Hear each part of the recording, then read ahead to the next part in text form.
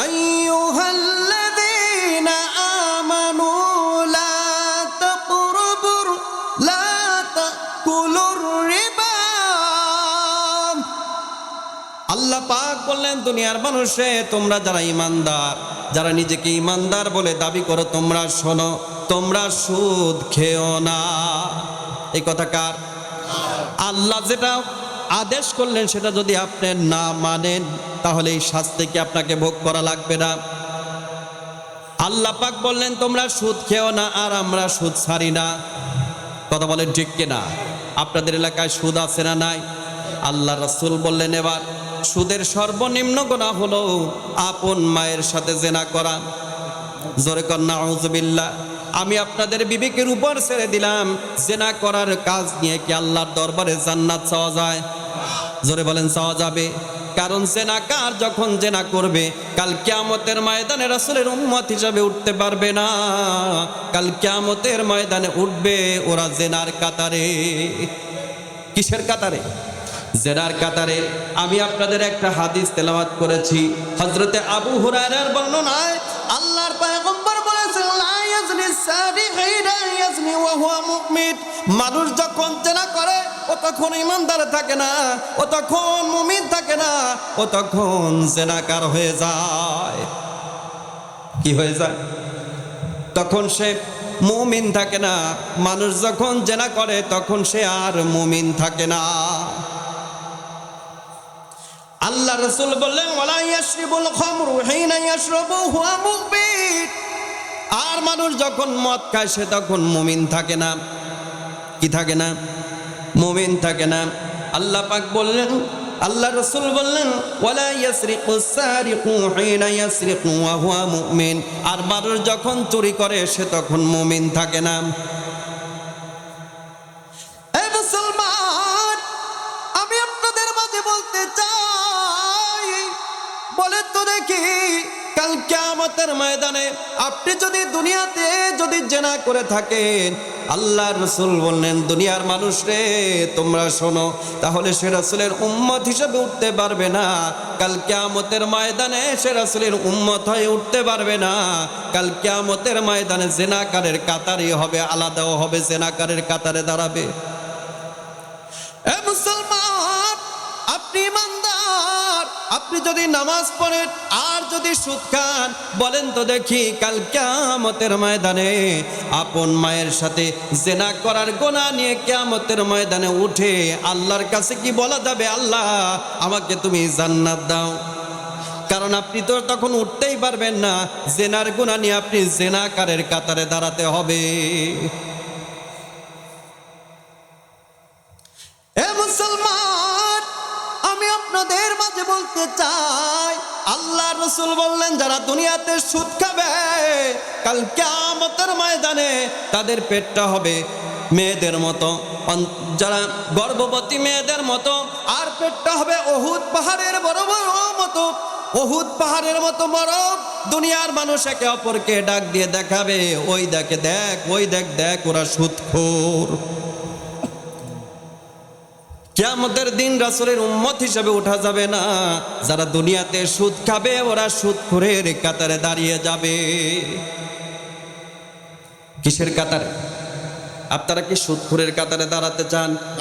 কিয়ামতের ময়দানে কি সুদখোরের কাতারে দাঁড়াতে চান? যদি তা না চান তাহলে আজকেই সুদ ছাড়তে হবে। এ মুসলমান, কি খারাপ লাগতেছে কি?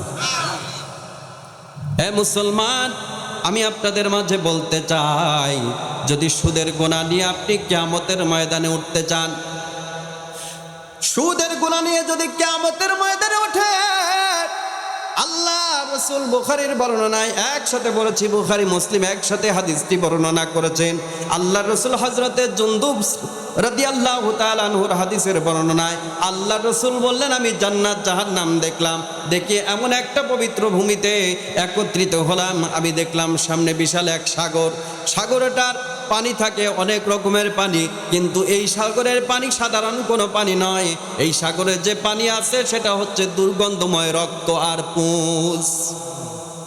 রক্ত, দুর্গন্ধময় রক্ত, আর এই রক্তের দরিয়ার ভিতরে একটা মানুষ হাবুডুবু খাচ্ছে, ডুবে যাবে ভাব।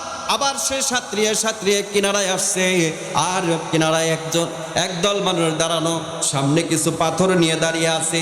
লোকটা যখন হাবুডুবু খেতে কিনারায় আসছে, ওই লোকগুলো দাঁড়িয়ে থাকা লোকগুলো পাথরটা তুলে আবার মাথার উপর আঘাত করছে। আবার লোকটা মাছ দরিয়ায় গিয়ে আবার তিনি হাবুডুবু খাচ্ছে। আল্লাহর রাসূল বললেন, আমার সঙ্গীরা এরা কারা? আবার সঙ্গীরা বলল, ইয়া রাসূলুল্লাহ, এরা হলো তারা দুনিয়ার বুকে সুদখোর যারা। মুসলমান বলেন তো দেখি, সুদ কি খাওয়া যায়? আপনি জমিনে ধান লাগিয়েছেন, সংসারে অভাব। জমিনে ধান লাগিয়েছেন, সংসারে অভাব। কিস্তির উপর টাকা তুলে জমিনে সার দিলেন, বিষ দিলেন, ধান লাগালেন, পেঁয়াজ আবাদ করলেন, সব করলেন। ধান উঠে আসলো ঘরে, আপনি ওই ধানের ভাত খেয়ে নামাজ পড়লেন, আপনার নামাজ হবে? জোরে বলেন, নামাজ হবে কেন? কারণ কি? আপনি সুদের টাকা ওর ভিতরে দিয়ে ফসল আবাদ করছেন, তার মানে আপনার ফসল কিছু আর পবিত্র নাই। আপনি যা খাচ্ছেন সব অপবিত্র। আর আপনার সন্তানকে হাফেজ বানানোর জন্য আমার মতো হুজুরের কাছে এসে বললেন, হুজুর আমার ছেলের জন্য দোয়া করেন, আমার ছেলেকে আমি হাফেজে কোরআন বানাবো। আল্লাহর কসম, আপনার ছেলে হাফেজে কোরআন হবে না, কারণ এই জন্য আপনার ছেলের অন্তরে ঢুকাইছেন আপনি সুদের টাকা। কিসের টাকা? আপনারা কি বুঝতে পারতেছেন কথা? তাহলে কি ইমানদারের সাথে নেক আমল কি আপনার আছে? জোরে বলেন, আছে? নাই। তাহলে আপনি কোথায়? জাহান্নামে। আমার ভাইয়েরাম, দ্বিতীয় নাম্বার, এরকম যদি একটা করে বলতে যাই, এর সাথে গিয়ে বলতেও হবে আসলে, তাছাড়া তো বোঝার মতন অবস্থান নাই। আপনার ইমান আছে, এদিকে তাকান, প্লিজ ফলো মি। কি সমস্যা কি ভাই? আপনাকে ভালো হতে হবে। মোট কথার এক কথা, আপনাকে কি হতে হবে? ভালো হতে হবে। ভালো হতে পয়সা লাগে না। আপনি ইমান আছে, কিন্তু আপনার বউ পর্দায় থাকে না, আছে না নাই? আপনার মেয়ে বেপর্দায় চলে। বলেন তো দেখি, পর্দা কার ফরজ? আল্লাহর বিধান। জোরে বলেন, কার বিধান? আল্লাহর বিধান। আল্লাহ পাক বললেন, وَقَرْنَا فِي بُيُوتِكُنَّ وَلَا تَبَرَّجْنَ تَبَرُّجَ الْجَاهِلِيَّةِ الْأُولَى। এই কথা কার? আল্লাহ পাক বললেন, ও দুনিয়ার নারীরা, তোমরা জাহিলিয়াতের যুগের নারীদের মতো বেপর্দা হয়ে রাস্তায় বেরোয় না। এখন বলেন তো দেখি, আপনার মেয়ে কি পর্দা নিয়ে বাড়ায় না বেপর্দা হয়ে বাড়ায়? তাহলে আপনার আল্লাহর আদেশ কি মানছেন? তাহলে আপনার নেক আমল আছে? জোরে বলেন, আছে। আল্লাহর রাসূল বললেন, দায়ুস কখনো জান্নাতে যাবে না। সাহাবীরা বললেন, হুজুর এরা কারা? দায়ুস কারা? আল্লাহর রাসূল বললেন, দায়ুস হলো তারা যাদের বিবি পর্দায় থাকে না, মেয়ে পর্দায় থাকে না, বোন পর্দায় থাকে না। আপনি কোন কাতারে? আপনি কোন কাতারে? কথা কয় না। পিছনের ভাইরা কোন কাতারে? দায়ুসের কাতারে। আল্লাহর রাসূল বললেন, লা ইয়াদখুলুল জান্নাহ, এরা কখনোই জান্নাতে প্রবেশ করবে না যারা দায়ুস। তার মানে মুসলমান, আপনার ইমান আছে, নামের ইমান, সাথে নেক আমল নাই, বিদায় আপনি সফলতা অর্জন করতে পারবেন না। আপনাকে জাহান্নামের আগুনে জ্বলতে হবে। কথা বলেন ঠিক কিনা? এবার আসেন, আপনি যদি জাহান্নামের আগুনে যদি জ্বলেন, সময় খুব সংক্ষিপ্ত, আমি আপনাদের মাঝে পরিপূর্ণ কথা হয়তো বলতে পারবো না, শুধু আফসোসগুলো বলে যাব। দুনিয়ার মানুষ তোমরা শোনো, আফসোসগুলো কি থাকবে? মানুষগুলো সেদিন আফসোস করবে। দুনিয়ার মানুষ তোমরা শোনো, যালিকাল ইয়াউমুল হাক্কু ফামান শাআ আত্তাখাযা ইলা রাব্বিহি মাআবা। ইন্না আনযারনাকুম আযাবান قريبا يوم ينظر المرء ما قدمت تمت يداه ويقول الكافر يا ليتني كنت ترابا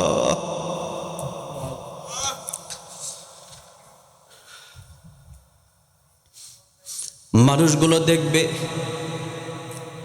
কিয়ামতের ময়দানে, মানুষগুলো দেখবে সমস্ত পশুগণ মাটির সাথে ধূলিসাৎ হয়ে যাচ্ছে, মাটির সাথে মিশে যাচ্ছে। মানুষগুলো বলবে, আল্লাহ, আজকে যদি মানুষটা হয়ে যদি মাটির সাথে যদি মাটি হয়ে যেতাম তাহলে কতই না ভালো হতো। আমাদের কোনো হিসাব দেওয়া লাগতো না, আমাদের কোনো হিসাব দেওয়া লাগতো না, আমাদের কোনো হিসাব দেওয়া লাগতো না। কারণ দুনিয়ার যত পশু আছে, দুনিয়ার যত পাখি আছে, সমস্ত পশুকে আল্লাহ পাক সাধারণ ক্ষমা করে দিয়ে বলবে, কুন্তু তুরাবা, তোমরা মাটির সাথে মিশে যাও। সঙ্গে সঙ্গে তারা মাটির সাথে মিশে যাবে। আর মানুষগুলো হিসাবের জন্য যখন কাঠগড়ায় দাঁড়িয়ে থাকবে, আফসোস করে বলবে, ইয়া লাইতানি কুন্তু তুরাবা, আল্লাহ রে, মানুষ না হয়ে যদি পশু হয়ে যেতাম তাহলে কতই না ভালো হতো, আজকে মাটির সাথে মিশে যেতে পারতাম। নাম্বার 1। দ্বিতীয় নাম্বার, আল্লাহ রাব্বুল আলামিন মানুষের দ্বিতীয় নাম্বার আফসোস কোরআনুল কারীমের ভিতরে আল্লাহ পাক বললেন সূরা আল ফুরকানের প্রথম যেটা তেলাওয়াত করেছি সূরা আন-নাবান 39-40 নম্বর আয়াত, 1 নম্বর আফসোস এটা। দ্বিতীয় নম্বর আফসোস থাকবে সূরা আল ফুরকান 26 থেকে 29 নম্বর আয়াত পর্যন্ত। আল্লাহ রাব্বুল আলামিন বললেন, দুনিয়ার মানুষেরা, আমি সংক্ষিপ্ত আকারে আপনাদেরকে বলছি, মানুষগুলো সেদিন বলবে, ইয়া ওয়াইলাতা লিমাত্তাখিযু ফুলালা খলিলা,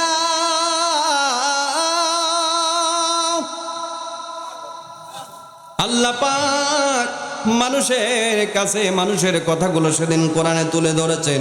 মানুষগুলো বলবে, ইয়া লাইতানা, হায় আমার আফসোস রে, ওরে আমার কপাল রে, হায় আমার কপাল রে। এরকম বলি না? হায় রে আমার কপাল, আমার কপালে কি এই লেখা ছিল? এরকম বলি না আমরা?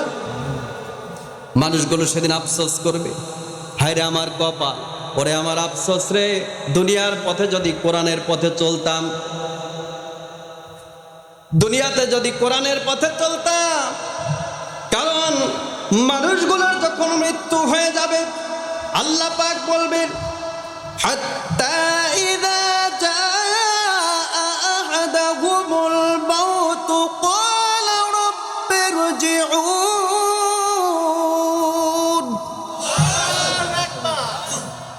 আপনাদের কি খারাপ লাগতেছে? আল্লাহর কোরআন বলছেন, মানুষের কাছে যখন মৃত্যু আসবে তখন সে আল্লাহর কাছে বলবে, রব্বিরজিউন, আল্লাহ কিছুটা সময় আমাকে দেন, কিছুটা সময় আমাকে দেন। মালাকুল মাউত যখন আসে যাবে, মানুষ তখন আল্লাহর কাছে বলবে, আল্লাহ ক্বালা রব্বিরজিউন, আল্লাহ দুনিয়াতে আর কিছু সময় দেন। আল্লাহ কয়, বান্দারে কেন, কারণটা কি, কিসের জন্য? আল্লাহ পাক তখন কয়, বান্দা তখন কয়, লাআল্লি আ'মালু সালিহান ফীমা তারাকতু কাল্লা, আল্লাহ দুনিয়াতে একটু সময় দাও, যে আমলগুলো কখনোই করতে পারি নাই সে আমলগুলো করে আসবো। নামাজ পড়তে পারি নাই আল্লাহ, আর এক ওয়াক্ত নামাজ ছেড়ে দেব না। আল্লাহর একটু সময় দাও, আর জীবনে সুদ খাবো না, আর জীবনে দুর্নীতি করব না, আর জীবনে চাঁদাবাজি করব না, আর কারো চাউল মেরে খাবো না, আর কারো কালবাট মেরে খাবো না, আর টাকাগুলো সুইস ব্যাংকে ঢোকাবো না, আর বেগম পাড়ায় বাড়ি বানাবো না। কথা ঠিক কেন? আর অন্যের টাকা মেরে খাবো না, অন্যের সম্পদ আর দখল করে খাবো না। আল্লাহ কয়, বান্দারে, ইন্নাহা কালিমাতুন হুয়া কাইলুহা,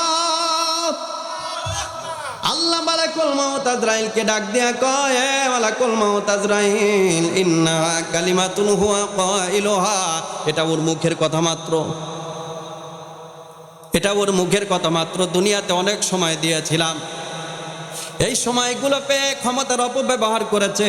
ভালো ভালো মানুষগুলোকে ধরে ধরে নিয়ে জেলখানায় বলেছে, আয়না ঘরে বলেছে। কথা কয় না, যেরকম ঠিক না। ভালো ভালো মানুষগুলোকে, নির্দোষ মানুষগুলোকে ফাঁসির দড়িতে ঝুলিয়েছে।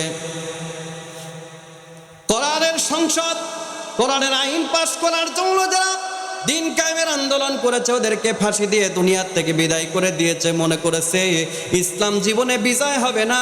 আল্লাহ পাক কয় না রে না বান্দা না, ইউরিদুনা লিয়ুতফিউ নূরাল্লাহি বিআফওয়াহিহিম ওয়াল্লাহু মুতিম্মু নূরিহি ওয়ালাউ কারিহাল কাফিরুন।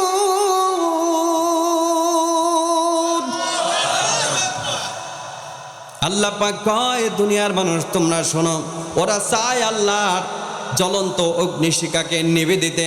আল্লাহ কয় না রে না, ওরা কখনো পারবে না। আমি আল্লাহর আমার দিনের উজ্জ্বল দীপ্ত শিখাকে অবশ্যই প্রজ্বলিত করবই, যদিও কাফেরদের কাছে এটা বড় অপছন্দের বিষয়।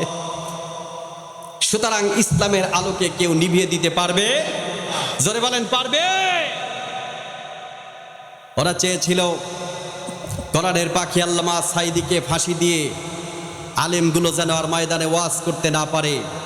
কিন্তু এক সাঈদী চলে গিয়েছে, লক্ষ সাঈদীর জন্ম হয়েছে। কথা বলুন ঠিক কিনা?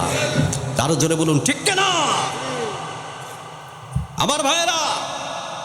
সুতরাং আল্লাহ তখন বলবে ইন্নাহা কালিমাতুন হুয়া কাইলুহা। ওদেরকে অনেক সময় দেওয়া হয়েছে, এখন যা বলছে ওটা ওর মুখের কথা মাত্র। এ আমার কথা না, আল্লাহর কথা। কার কথা? এই কথাগুলো কার? আমার ভাইয়েরা, সময় খুব সংক্ষিপ্ত, 11:40 পর্যন্ত আলোচনার কথা বলেছে কর্তৃপক্ষ। সুতরাং আমি আমার আলোচনা দীর্ঘায়িত করব না, এর ভিতরেই সীমাবদ্ধ রাখবো। কিছু কালেকশন করতে হবে, বুঝতে পারছো? তাহলে ইনশাল্লাহ আপনারা কি কিছু সময় থাকবেন? ইনশাআল্লাহ কিছু সময় কি থাকবেন? আরো কিছু আলোচনা কি চলবে? জোরে বলেন, চলবে? চলবে। এর পক্ষে কারা একটু আল্লাহকে হাত তুলে দেখান তো। আল্লাহু আকবার, হাত তাবান। আমি জানি আপনারা কোরআন শুনতে ভালোবাসে, কারণ আমি তো বাইরে থেকে কোনো কথা বলছি না, কোরআন থেকে কথা বলছি। আমার ভাইরা আসেন একটু জিকির করি, লা ইলাহা ইল্লাল্লাহ, লা ইলাহা ইল্লাল্লাহ, লা ইলাহা ইল্লাল্লাহ, লা ইলাহা ইল্লাল্লাহ, লা ইলাহা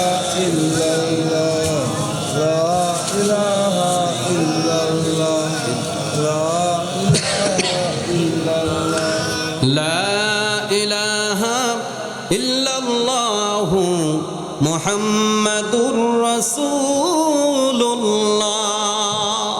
সকলেই পড়ি সাল্লাল্লাহু আলাইহি ওয়াসাল্লাম।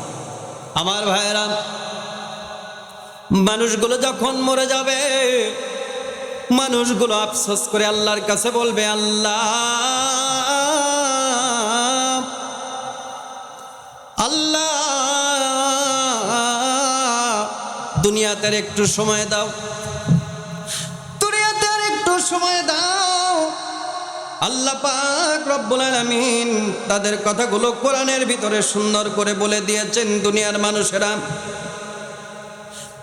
ওয়ায়াকুলুল ইনসানু ইযা মা মিতু লাসাউফা উখরাজু হাইয়া আওয়ালা ইয়াযকুরুল ইনসানু আন্না খালাকনাহু মিন ক্বাবলু ওয়া লাম ইয়াকুন শাইআ। আল্লাহ পাক বললেন দুনিয়ার মানুষগুলো আফসোস করে, আল্লাহ আমার যখন মৃত্যু হয়ে যাব, আমি কি জীবিত অবস্থায় আবার পুনরুত্থিত হব? মানুষ কি মনে করে না যে আমি তাকে ইতিপূর্বে কোথা থেকে সৃষ্টি করেছি? এমন একটা অবস্থা তোমার ছিল যখন তোমার কোনো অস্তিত্বই ছিল না। কথা বলেন ঠিক কিনা? আরো জোরে বলেন ঠিক কিনা? দুনিয়ার মানুষ, সুতরাং কিয়ামতের দিন আমরা সবাই উপস্থিত হয়ে যাব। কিয়ামতের ময়দান হয়ে যাবে আমাদের জন্য। আল্লাহ রাব্বুল আলামিন কিয়ামতের ময়দান যখন শুরু হয়ে যাবে, মানুষগুলো যখন কিয়ামতের ময়দানে উঠবে, কিয়ামতের ময়দানে যখন মানুষগুলো উঠবে, তখন আল্লাহ পাক বলবে, ওয়াদিআল কিতাবু ফাতারাল মুজরিমিনা মুশফিকিনা মিম্মা ফীহি ওয়া ইয়াকুলুনা ইয়া ওয়াইলাতানা মা লিহাযাল কিতাব লা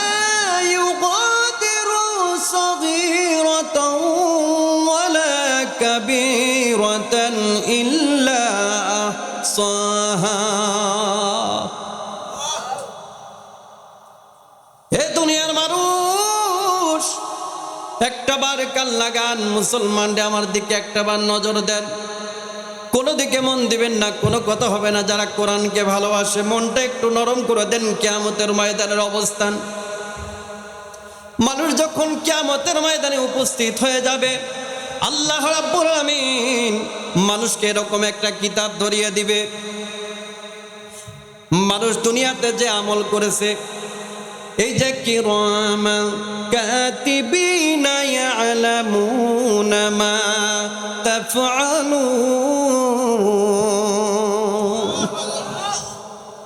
এ মানুষ, তোমার সাথে সম্মানিত লিখতি ফেরেশতা আছে। তুমি যখন যা করবে সঙ্গে সঙ্গে আমার আল্লাহ সেটা লিখে নিবে। এই কথা কার? আপনার সাথে ফেরেশতা আছে না নাই? জোরে বলেন আছে না নাই? আল্লাহ মনে হয় ফেরেশতা ছাড়া দেখে না। কি দেখে? এই ক্ষমতা কি আল্লাহর আছে? আল্লাহ পাক বললেন, লিল্লাহি মা ফিস সামাওয়াতি ওয়া মা ফিল আরদ ওয়া ইন তুবদু মা ফি আনফুসিকুম আও তুখফুহু ইউহাসিবকুম বিহিল্লাহ ফায়াগফিরু লিমান ইয়াশাউ ওয়া ইউআযযিবু মান ইয়াশাউ। এই কথা কার? আল্লাহ পাক ডাক দিয়ে কয়, দুনিয়ার মানুষ রে, আসমান আর জমিনের ভিতরে যা কিছু আছে সব সম্পর্কে আমি আল্লাহ জানি। তোমার অন্তরের ভিতরে যা আছে সেটাও আমি জানি।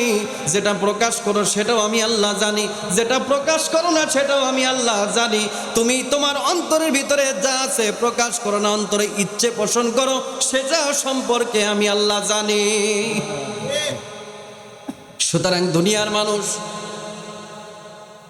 এমন কোনো কথা বলো না যেই কথাগুলো আল্লাহ পাক কিন্তু সর্বদা সব সময় রেকর্ড করছে।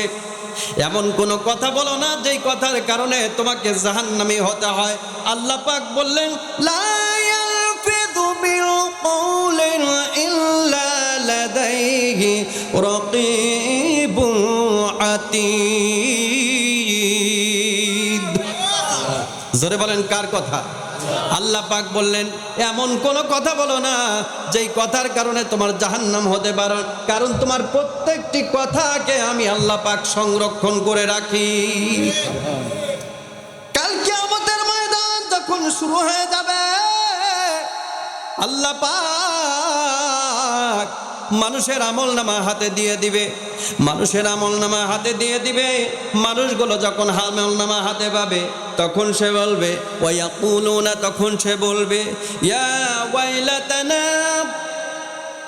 ইয়া ওয়াইলাতানা, ইয়া ওয়াইলাতানা। হায়রে আমার কপাল রে, হায়রে আমার আফসোস, হায়রে আমার কপাল রে, হায়রে আমার আফসোস। মালি হাযাল কিতাব, আল্লাহ এটা কেমন কিতাব? মালি হাযাল কিতাব লা ইউগাদিরু সাগীরাতান ওয়ালা কাবীরাতান ইল্লা আহসাহা। আল্লাহ গো, এটা কেমন কিতাব? ছোট বড় যত অপরাধ করেছি দেখছি সব কিছু লেখাই কোরআনের ভিতরে আছে, এই কিতাবের ভিতরে আছে। কেমন কিতাব তুমি আমাকে দিলাম, এমন একটা কথাও বাদ নাই। ছোট গুনাহ যেটা করেছি সেটাও লেখা আছে, বড় গুনাহ যেটা করেছি সেটাও লেখা আছে, কোনো কিচ্ছু দেখছি বাদ দেওয়া হয় নাই। আল্লাহ পাক দুনিয়ার মানুষদেরকে বলবে, দুনিয়ার মানুষেরা তোমরা শোনো রে, দুনিয়ার মানুষেরা তোমরা শোনো, কাল কিয়ামতের ময়দান যখন শুরু হয়ে যাবে, হিসাবের কাঠগড়া যখন শুরু হয়ে যাবে, কিয়ামতের ময়দানের দিন আল্লাহ রাব্বুল আলামিন দুনিয়ার মানুষদেরকে সব কিছু বিরত থেকে যাবে। কারণ দুনিয়ার মা পর হয়ে যাবে, বাবা পর হয়ে যাবে, ভাই পর হয়ে যাবে, কেউ দুনিয়াতে কিচ্ছু কোনো কিছু কাজে আসবে না। আল্লাহ রাব্বুল আলামিন বলে, দুনিয়ার মানুষেরা তোমরা শোনো, ওয়া উমিলাতিল আরদু ওয়াল জিবালু ফাদুক্কাতিন দাক্কা। আল্লাহ রাব্বুল আলামিন বলেন, ওয়া উমিলাতিল আরদু ওয়াল জিবালু ফাদুক্কাতান দাক্কাতান ওয়াহিদান فيومئذ وقعت الواقعة وانشقت السماء فهي يومئذ واهية। আল্লাহ রাব্বুল আলামিন বললেন, দুনিয়ার মানুষ তোমরা শোনো, কিয়ামতের ময়দান যখন শুরু হয়ে যাবে, তার আকাশগুলো চূর্ণ বিচূর্ণ হয়ে যাবে, পাহাড়গুলো তোলার মতো উঠতে থাকবে। কিয়ামত যখন শুরু হয়ে যাবে, আল্লাহ রাব্বুল আলামিন বললেন, দুনিয়ার মানুষেরা তোমরা শোনো, তোমরা কিয়ামতের ময়দান যখন শুরু হয়ে যাবে, আপন মা তার সন্তানকে ভুলে যাবে, আপন মা তার সন্তানকে ভুলে যাবে। আল্লাহ পাক বললেন, দুনিয়ার মানুষেরা তোমরা শোনো, ইয়াউমা ইয়াফিরুল মারউ মিন আখিহি ওয়া উম্মিহি ওয়া আবিহি ওয়া সাহিবাতিহি। দুনিয়ার মানুষেরা কিয়ামতের ময়দান যখন শুরু হয়ে যাবে, ভাই ভাইকে দেখে দৌড়ে পালিয়ে যাবে, মা তার সন্তানের পরিচয় দিবে না, বাবা তার স্ত্রীর পরিচয় দিবে না, স্ত্রী তার স্বামীর পরিচয় দিবে না, বন্ধু বন্ধুকে চিনবে না। কিয়ামতের ময়দানে লা ইয়ানফিউ মালুন ওয়ালা বানুন, দুনিয়ার কোন ধন সম্পদ, কোন সন্তান সন্ততি কাল কিয়ামতের ময়দানে কাজে আসবে না। এই কথা কার?